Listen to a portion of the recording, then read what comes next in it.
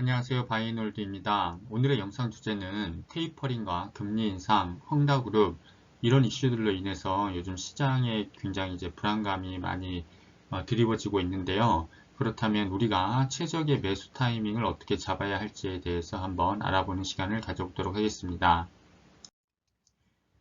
요즘 정말 신문 기사를 보면 이제 중국 부동산 업체 횡단 파산 위기, 리먼 사태보다 심각할 수도 있다라는 이런 엄청나게 강한 시장이 굉장히 공포 분위기를 형성하는 그런 기사들을 굉장히 많이 쏟아내고 있어요.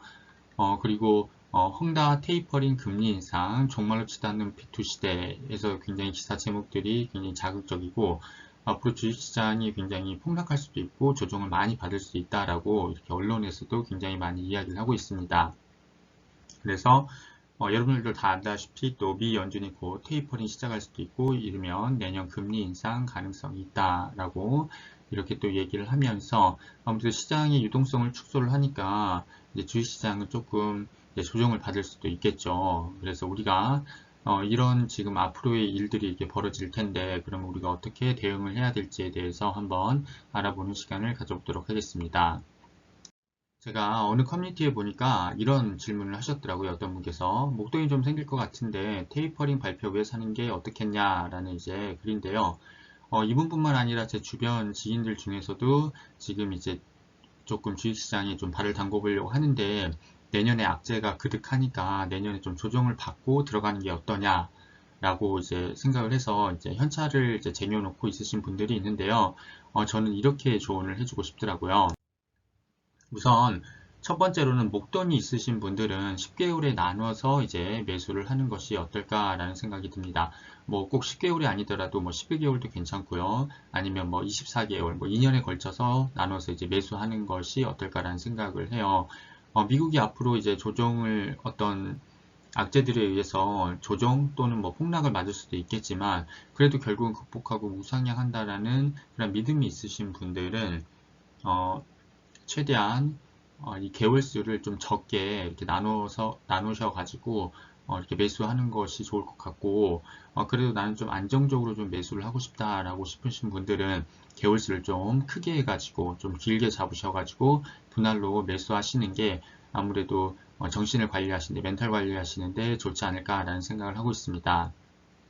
그리고 두 번째 같은 경우는 저와 같은 경우인데요.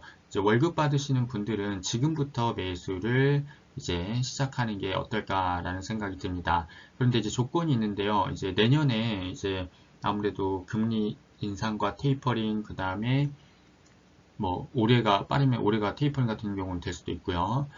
그런 다음에 헝다그룹이 언제 또 파산을 해가지고 충격이 올지도 모르겠다라는 생각이 있으신 분들은, 그러니까 금융시장이 충격이 올 수 있을 거라는 생각이 있으신 분들은, 월급 받으시면, 예를 들어 내가 월급을 한 달에 100만 원, 월급을 받는 것 중에서 한 100만 원 정도를 투자할 수 있는 그런 여력이 있다라고 하신 분들은, 현금 비중을 어느 정도 조절하면서 매수를 하는 게 어떨까라는 생각이 듭니다. 그러니까 100만 원 정도 한 달에 넣을 수 있는 투자금이 있다면 8할 정도는 투자를 하고 2할 정도는 현금을 비축을 해 놓는 거죠.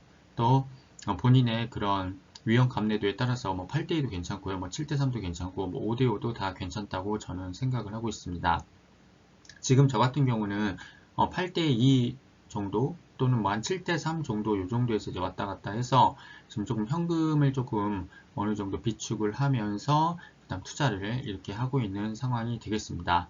그러면 제가 왜 이렇게 말씀을 드렸는지는 뒤에서 한번 또 다시 설명을 해 드리도록 하겠습니다. 여기에 보시면 제가 케이스를 세 가지 케이스를 가져왔어요. 여기 A, B, C 케이스가 있는데요.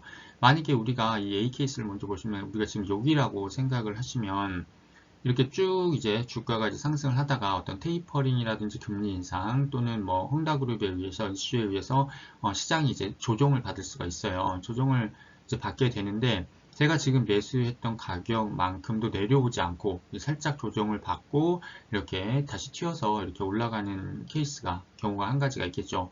그래서 제가 지금 우선 발을 먼저 담궈 놓는 게 지금 발을 담궈 놓는 게 중요하다라고 말씀을 드린 것이 되겠습니다. 목돈이 있으신 분들도 있고 월급을 받으신 분들도 있고요. 무조건 현찰만 100% 우선 가지고 계시다가 뭐 조정받으면 들어가야지 이렇게 하고 계시다가 결국은 지금 가격보다 더 높은 가격에서 아무리 여기서 저점을 잘 잡는다고 해도 높은 가격에서 사는 경우가 발생할 수도 있습니다. A 경우가 이렇고요. B 같은 경우가 있습니다. 그러니까 우리가 지금 산 시점만큼 이제 조정을 받는 것이 되겠죠. 이런 경우가 이제 되면은 이런 경우가 되더라도 우리가 이제 분할로 이제 매수를 해서 이제 계속 들어간 것이 되기 때문에 뭐 월급 받으셔서 이제 현찰을 가지고 계신 분들은 여기서 조금 자기가 생각했을 때 어느 정도 조정을 많이 받았다라고 생각을 하셔가지고 이렇게 현찰을 가지고 어느 정도 현찰 가지고 있는 거 가지고 이제 투자를 하시면 좀 더 비중을 늘려 투자를 하시면 좋지 않을까라는 생각을 하고 있습니다. 그리고 이제 여러분들이 많이 걱정하시는 게 이제 C의 경우가 되겠습니다. 아까 그 커뮤니티에 올려온 그 글도 그렇고 제 지인도 그렇고요.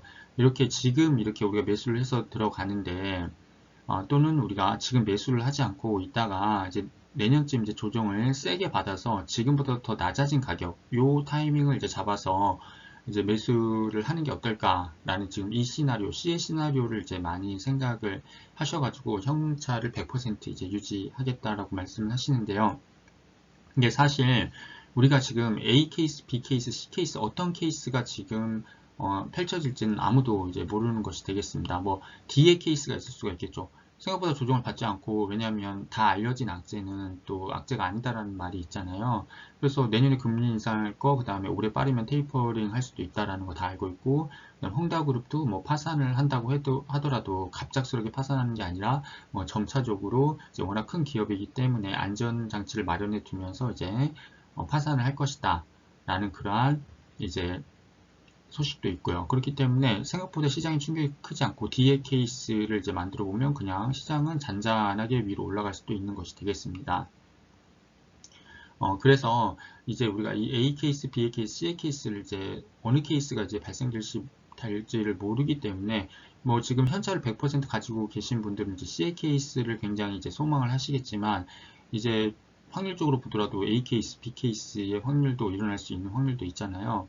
그렇기 때문에 제 생각에는 이제 최적의 매수 타이밍이라고 하는 것은 바로 지금이다라는 것이 되겠습니다. 지금은 지금인데 이제 목돈을 가지고 계신 분들은 뭐 본인의 그런 멘탈적인 그런 어떤 행복감, 그러니까 안정성에 의해서 10개월도 좋고 20개월도 좋고 이렇게 이제 나눠 가지고 매수를 하는 게 좋을 것 같고 월급 받으시는 분들은 뭐 월급 받는 대로 족족 그렇게 다 투자하셔도 되고 아니면 어느 정도 현찰 비율을 좀 따로 떼 놓으신 다음에 조정을 받은 시기에 조금 더 이제 투자를 들어가는 것도 좋은 방법이지 않을까라는 생각이 듭니다.